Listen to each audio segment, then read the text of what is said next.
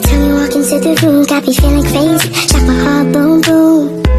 Any other boy would stare, but me, I look away, cause you're making me scared. Trying not to breathe, 1, 2, 3. Selamat pagi anak-anak.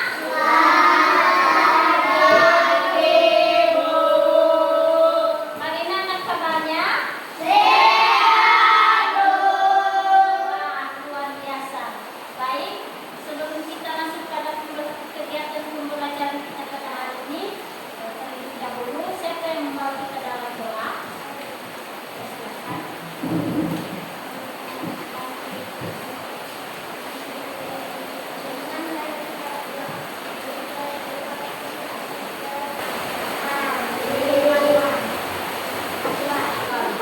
Nah, sekarang siapa yang mengingat materi kita minggu lalu? Oke, silakan. Oke, betul sekali, tepuk tangan. Nah, sekarang kita masuk pada materi yaitu benda, hewan, dan tanaman di sekitarku, yang dimana materi ini mencakup 3 pembelajaran yaitu IPA, PKN, dan IPS. Nah, sebelum masuk itu, terlebih dahulu Ibu akan menyampaikan tujuan pembelajaran kita yaitu peserta didik mampu membedakan atau mengelompokkan benda hidup dan benda tidak hidup. Kedua, peserta didik mampu membedakan antara aturan dan tanggung jawab sebagai siswa. Dan ketiga, peserta didik mampu mengetahui manfaat dari lingkungan. Nah, sekarang kita masuk pada materi yaitu benda, hewan, dan tanaman di sekitarku, yang dimana benda hidup itu artinya segala sesuatu yang bernapas, bergerak, tumbuh dan berkembang biak, serta memerlukan energi atau makanan dan peka terhadap rangsangan anak-anak. Contohnya, makhluk hidup itu manusia, hewan, dan tumbuhan.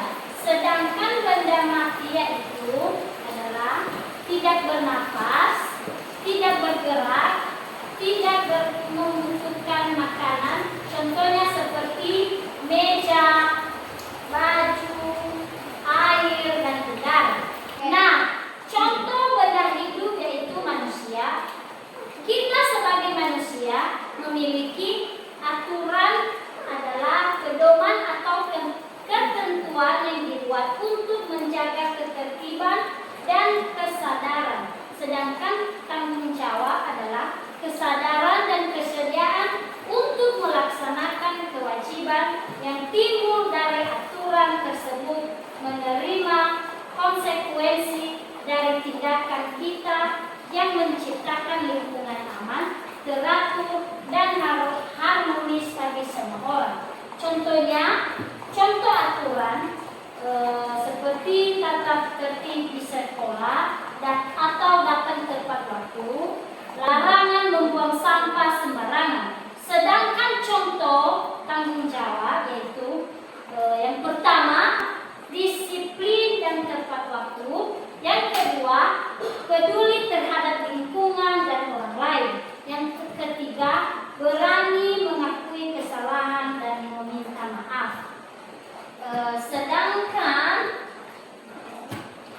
manfaat lingkungan itu memberikan berbagai manfaat baik secara langsung maupun tidak langsung bagi kehidupan manusia dan proses pembelajaran itu sendiri.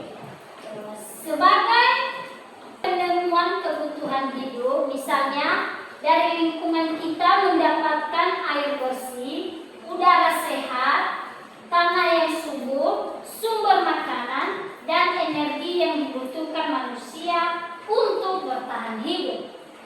Nah, sekarang anak-anak silakan membentuk kelompok sebanyak 2 kelompok di tempat masing-masing.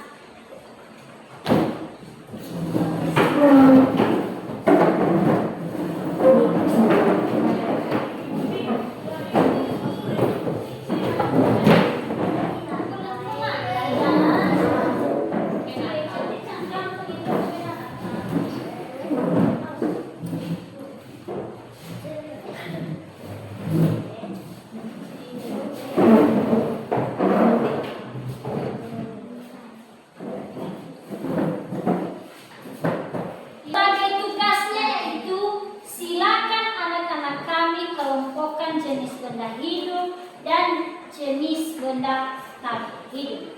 Ibu beri itu 5 menit saja. Cepat juga. Ada jawaban.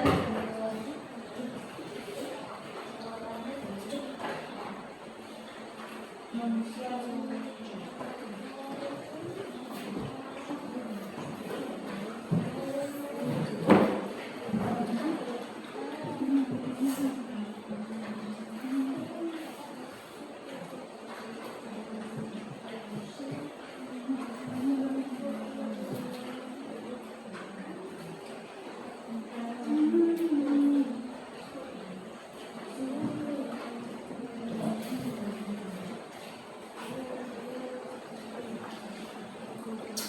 Bagaimana, sudah siap? Sekarang kita mulai dari kelompok 1 sebagai perwakilan saja. Oke, silakan. Benda hidup yaitu manusia, hewan. Sedangkan benda tak hidup, meja, dan kursi. Ya, betul sekali. Tepuk tangan untuk kelompok 1. Sekarang kelompok 2. Siapa perwakilan? Oke, silakan. Benda hidup yaitu tumbuhan, sedangkan benda tak hidup yaitu papan tulis dan udara. Wah, betul sekali. Tepuk tangan untuk kelompok 2. Baik, sekarang kembali ke tempat semula.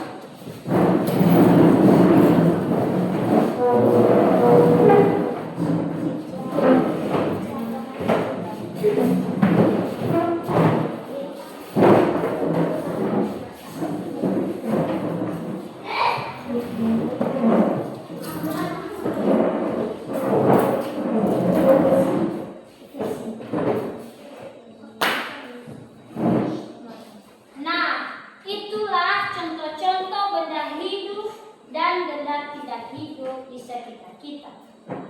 Sekarang, sebelum Ibu mengakhiri kegiatan pembelajaran kita pada hari ini, Ibu akan memberikan tugas, yaitu teliti benda-benda di sekitarnya. Di sini ada yang bertanya? Tidak, Bu. Oke, baik. Sebelum Ibu mengakhiri, Ibu akan menyimpulkan, yaitu yang pertama, kesimpulan dari materi pembelajaran kita pada hari ini yaitu tentang pengelompokan benda hidup dan tak hidup, aturan dan tanggung jawab sebagai seorang siswa, serta keterkaitan lingkungan dalam kehidupan kita sehari-hari. Demikian pembelajaran kita pada hari ini. Ibu harapkan anak-anak kami lebih semangat lagi dalam